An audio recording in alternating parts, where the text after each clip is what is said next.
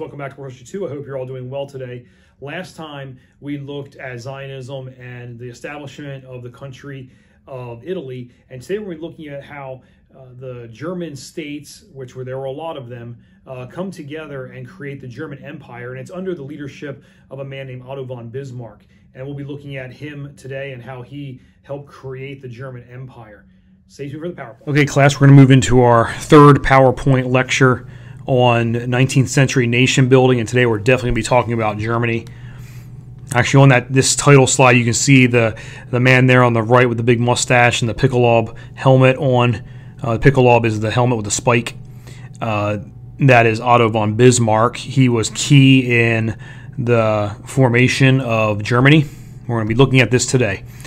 So, under Otto von Bismarck, we have just an overview of who he is. He was known as the Iron Chancellor, one of the most famous statesmen in 19th century Europe. He was the driving force of German unification. He was a strong force in the balance of European powers between the Congress of Vienna and the end of the 19th century. And when I say that he was a strong force in the balance of European powers, in the end, Germany became the European power, so there was not much balance. 1862, because he was a wealthy landowner, he was appointed Prime Minister of Prussia by the Prussian King Wilhelm, or in German, Wilhelm I. Okay, there he is, like on the title slide. He was born in 1815 and he died in 1898. Continue with the overview of Otto von Bismarck. He was the master of realpolitik, which I'll explain that coming up in some slides. He was unshakable in his convictions. When he became Prime Minister of Prussia, Prussia was a second-rate power overshadowed by Russia, Austria, France, and Britain. And Prussia was unstable, had democratic revolutionary tendencies in Prussia. Now, Prussia was kind of like a city-state, or it was larger than a city. It was like a state. It was called Prussia, a Germanic peoples, and it was basically on the verge of revolution itself. When Bismarck retired in 1890, Prussia was the dominant portion of the German Empire, and the German Empire was the strongest in Europe. And so, by the end of Bismarck's career, Prussia was at the top. Not only was it the strongest portion of Germany, it was the strongest portion of Germany, and Germany was the strongest in Europe. And this happened under Otto von Bismarck's leadership. Okay, so realpolitik, you may have heard this term before, but this really is the reason that Germany, the Germanic states, were able to really come out on top at the end of the 19th century. Realpolitik is a system of politics and principles based on practical considerations rather than moral or ideological considerations.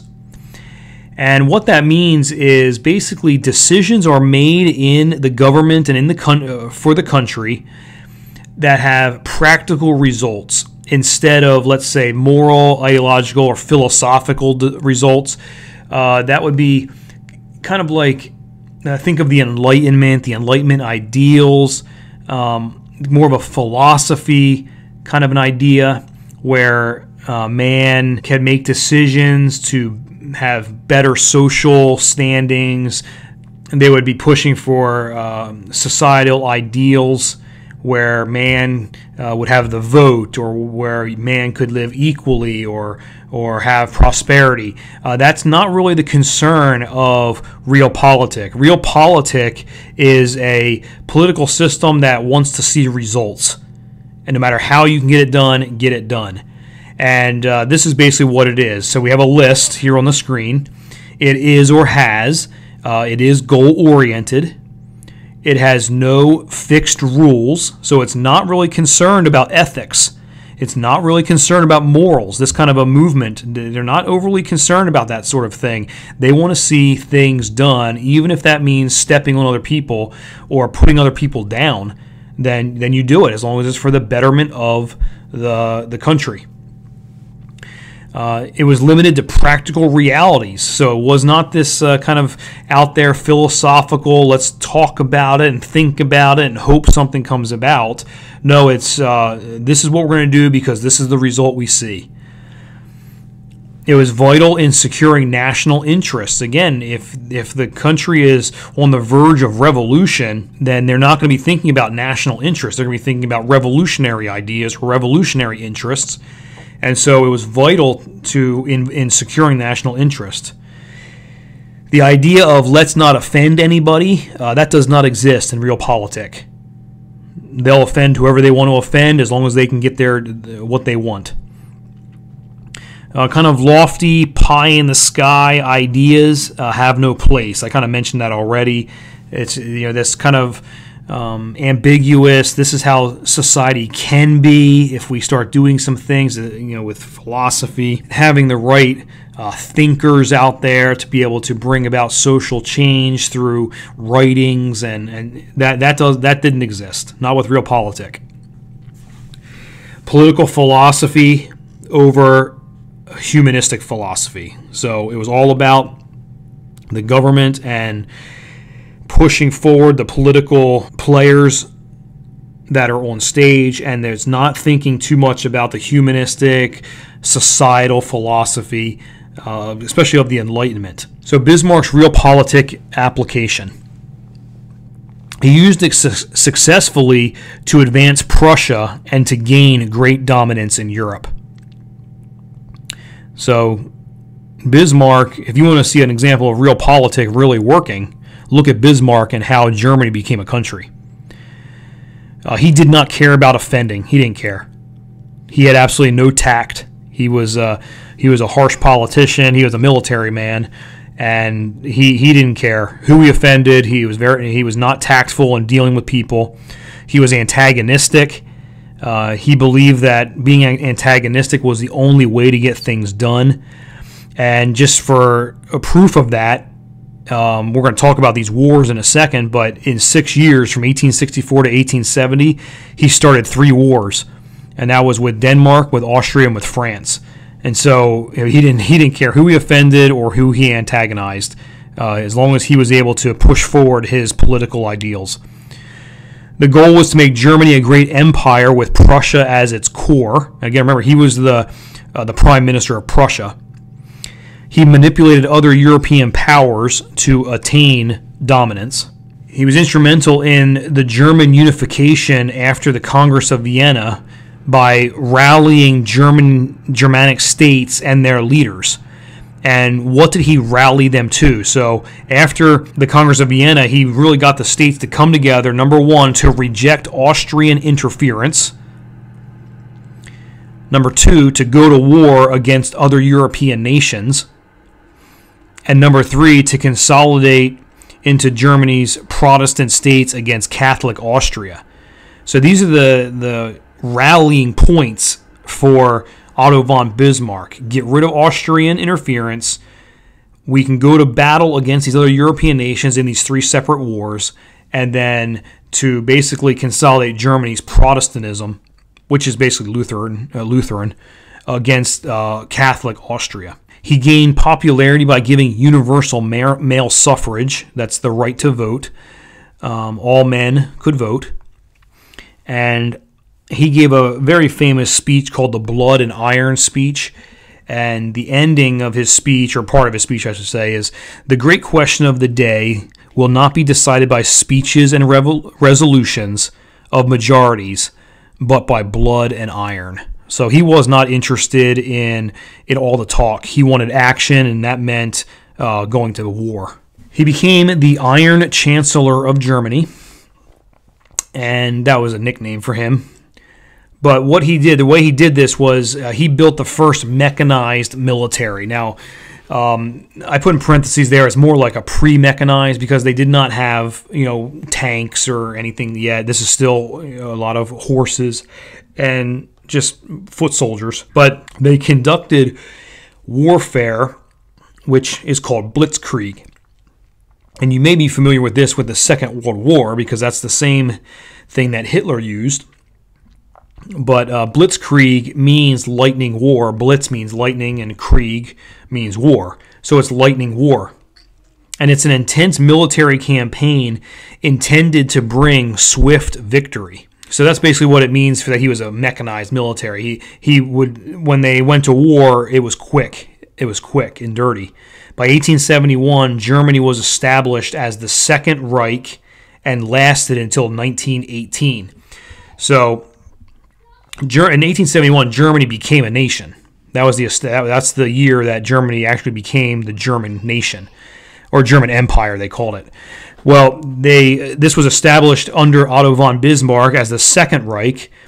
In parentheses there, I put what this means. The First Reich was when the Germanic states were part of the Holy Roman Empire. Okay, that's the First Reich. The Second Reich is from 1871 to 1918. 1918, obviously, when Germany lost World War I.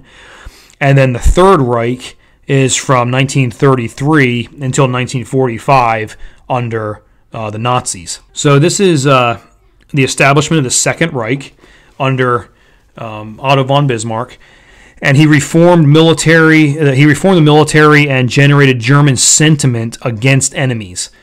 So he reformed his military, so that's good for his military. But then he also got the Germanic people to basically hate their enemies, have sentiments against their enemies. And so if the people are against, let's say, the Austrians or the French, if the people are against them, that makes it a lot easier for the leaders, the government, Otto von Bismarck and his military, to go to war against them. So Bismarck's wars.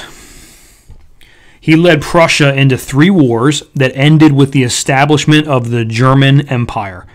Now, when I say he led Prussia into these wars, Prussia was very powerful now, and the other Germanic states would join Prussia in going to war. Not all Germanic states did. Some Germanic states actually sided with Austria in the Austro-Prussian War of 1866. But majority of the Germanic states sided with Prussia. So he led Prussia into 3 wars. All 3 led to a shattering of their enemies and strong Germanic national pride. So just me saying that in that sentence, even though there's a typo on the screen, let's just say all 3. Germany won all of these wars. So we have these 3 wars. We're going to talk about them briefly. The Second Schleswig War. So Schleswig, the W in German sounds like a V. Schleswig War of 1864. The Austro-Prussian War of 1866, and the Franco-Prussian War of 1870. So 3 wars in a very short time, and Germany won all of them. And notice these are 2 of these nations are pretty big, and these are powerful. Austria and France, these are pretty powerful now. When you start seeing France in 1870, they're kind of recovering now from their disastrous beginning of the 19th century. The Second Schleswig War of 1864 was a smaller war. German states against the Danish kingdom, which is kind of to their north. The war lasted almost 9 months, so pretty fast. Again, that blitzkrieg idea. And the result was Denmark loses land, which were called duchies. Denmark loses land to the Prussians. So that's the first thing that Bismarck did. Went to the war, beat them fast, got some land. Things are looking pretty good for Bismarck and Germany. Here's just a picture I found on the internet of the Second Schleswig War. Okay, the next war is the Austro-Prussian War of 1866. Now, this war is also known as the 7 Weeks War because, you probably guessed it, it only lasted 7 weeks, and the Germans beat Austria. Now, this was the Prussians and their their states, Germanic states, versus Austria, but there were a couple big Germanic states that joined Austria on this one. The state of Hanover, Saxony, and Bavaria all joined Austria in the Austro-Prussian War. So you have the Prussians and other Germanic states against Austria and a couple of Germanic states. Really what happened, Prussia tricked Austria into war, which ended up showing Europe who is boss over Austria. And it was a simple kind of a trick. The trickery was over how the new lands from the Second Schleswig War would be administered. So remember, out of the Congress of Vienna, Austria had a great deal of influence over the governance of these Germanic states. And they were losing their influence over the Germanic states over time. And when Prussia gained these lands during the Second Schleswig War, tricked Austria into war over how these new lands would be governed or administered. The most decisive battle of the Austro-Prussian War was the Battle of Königgrätz. And that's a pretty famous battle in Europe, the Battle of Königgrätz. The result, the Prussians win and Austria loses all influence over Germanic states. And the Germanic states really start talking about unification now into a country. They would not be a country yet. That's going to be in 1871. But Austria now has lost all their influence over all of those Germanic states. Just another picture, artistic rendition. So you see this. These are Prussians. This here is called the Pickelhaube. This helmet with a spike that becomes very famous in the First World War. You see the cannons here on their limbers. Okay, so just artistic rendition. And the last war that we're going to talk about is the Franco-Prussian War of 1870. This is between France and Prussia, and this lasted about 6 months. And so you see this lightning war, get in, beat the enemy, take control.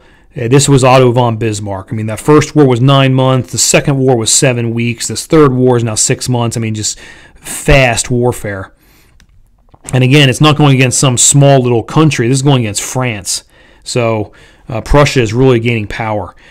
France was concerned about the balance of power in Europe, and Bismarck frightened the Germanic states into joining Prussia over fear that France would invade the Germanic states. And so with France being concerned about the balance of power, Otto von Bismarck said, hey, France might invade us. Why don't we join together and invade them?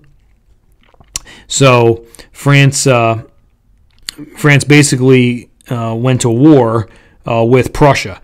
France wanted to use the war as an opportunity to regain some of their European standing after its disastrous first half of the 19th century.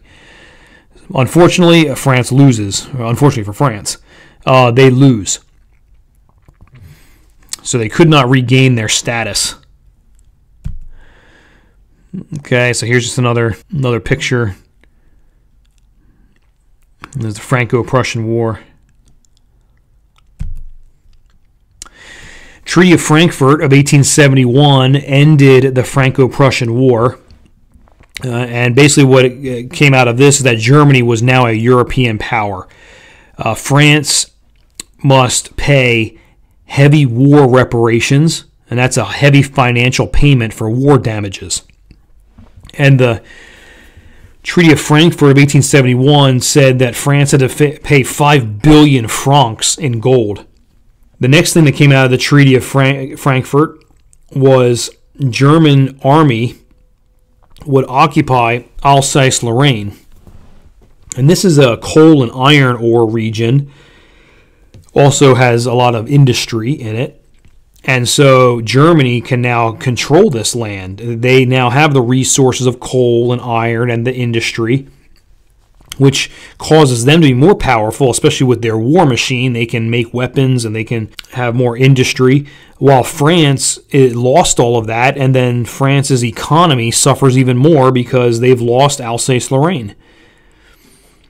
And this leads to a strong anti-German sentiment in France, especially during the time that leads up to the First World War. This was not good. This was like the thorn in their side that Germany was occupying Alsace-Lorraine. So here's the Treaty of Frankfurt. Just a picture there. So we now have the German Empire, 1871 to 1918, Emperor Wilhelm I of the House of Hohenzollern. He becomes the Emperor of the German Empire. He was a very popular emperor. He basically became the symbol of modern German identity. He was careful not to abuse his power, and he was a strong supporter of Bismarck. So Bismarck brought up all this nationalism, and the people became very loyal to Germany and fought these wars, and they were victorious, and they were very strong.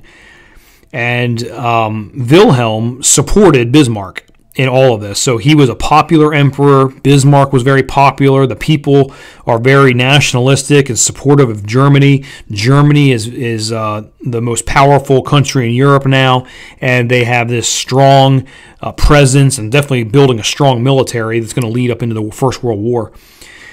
On January 18th, 1871, Wilhelm is crowned Kaiser Wilhelm I of Germany in the Palace of Versailles. Okay, so there's Kaiser Wilhelm I. He is the emperor, the first emperor of Germany in 1871. And then this is Otto von Bismarck. This is a photograph of Otto von Bismarck on his deathbed in 1898. And so he got to live and see Germany really becoming a strong power in Europe. From 1871, when Germany was established as a nation, all the way up until his death. But obviously, because the First World War started in 1914, he obviously was not alive. But what he did was he established Germany during the 19th century that would set the stage for the First World War in the 20th century. Okay, class, that's it for today. Next time, we're going to be looking at how these nations in Europe come together in alliances and basically start World War I. And another thing I want to point out in Moodle is that we haven't really had any time to really look at how Africa was colonized by the European nations. So I put a quick video in Moodle to show the colonization of Africa by the European powers. And basically, it starts in the 1880s, and Europe gets together with a map of Africa and starts carving up Africa. And it's called the Scramble for Africa, where basically by the end of the century and into the early 20th century, almost all of Africa is owned or colonized by European powers. Some of it's kind of interesting. You have a tiny country in Europe called Belgium, but they have this massive amount of Africa called the Congo, and they control that. So some of this is definitely interesting to look at, but also there's a lot of things that take place in Africa as the European colonial powers fight one another and try to take over each other's territories in Africa. So there's a quick video in Moodle for that you can take a look at. Other than that, I'll see you next time. Have a great day.